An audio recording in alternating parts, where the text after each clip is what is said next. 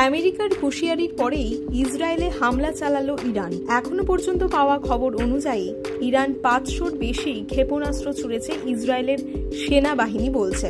Iran ballistic missile দিয়ে হামলা করেছে। এই হামলার বিষয়ে আমেরিকা আগেই সতর্ক করেছিল। তারা বলেছিল ইরান হামলা চালালে তাকে মারাত্মক ফল পেতে হবে, কিন্তু তারপরেও ঘটল হামলা। ইসরায়েলের সেনাবাহিনী জানিয়েছে আপাতত তাদের লক্ষ্য আক্রমণের স্থানগুলি থেকে সবাইকে নিরাপদ স্থানে সরিয়ে নিয়ে যাওয়া। সেনাবাহিনী জানিয়েছে লক্ষ লক্ষ মানুষকে বম্ব শেল্টারে পাঠানো হয়েছে। সোশ্যাল মিডিয়ায় হামলার বেশ কিছু ছবিও দেখা যাচ্ছে। তাতে দেখা যাচ্ছে ইসরায়েল ইরানের মিসাইল আটকানোর চেষ্টা করছে।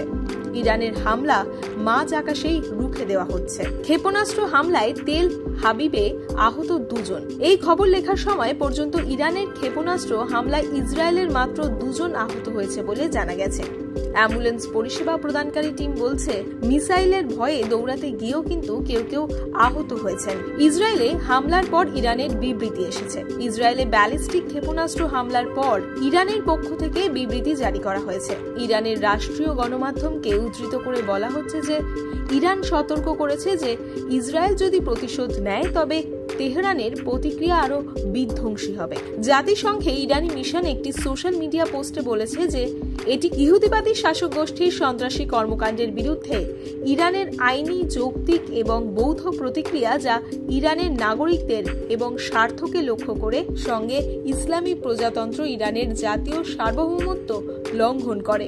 যথাযথভাবে সম্পাদিত হয়েছে এভাবেই। ইহুদিবাদী শাসকদের উচিত ইরান মিশন জাতিসংঘ করা। এক্স পোস্টে ইসরায়েলের শেয়ার করা ভিডিওগুলোতে দেখা যায় এমনকি তেল আবিব ও জেরুজালেমেও রকেট হামলা হয়েছে। ডেড সি তেল আবিবের কাছে ক্ষেপণাস্ত্র পড়েছিল। ইসরায়েলি সেনাবাহিনী তাদের নাগরিকদের বলেছে যে ইরান থেকেই ক্ষেপণাস্ত্র নিক্ষেপ করা হচ্ছে। সেনাবাহিনী এক বিবৃতিতে বলেছে পরবর্তী নির্দেশ না দেওয়া পর্যন্ত আপনি নিরাপদ এলাকায় থাকুন। বলা হচ্ছে ইরানের ক্ষেপণাস্ত্র শ্রাম্পনেল মৃত সাগরে দেশের দক্ষিণাঞ্চলীয় এলাকা এবং তেল আবিবের আশেপাশের শ্যারেন এলাকায় পড়েছে। তবে কোনো হতাহতের এই মুহূর্তে তো কোনো খবর নেই।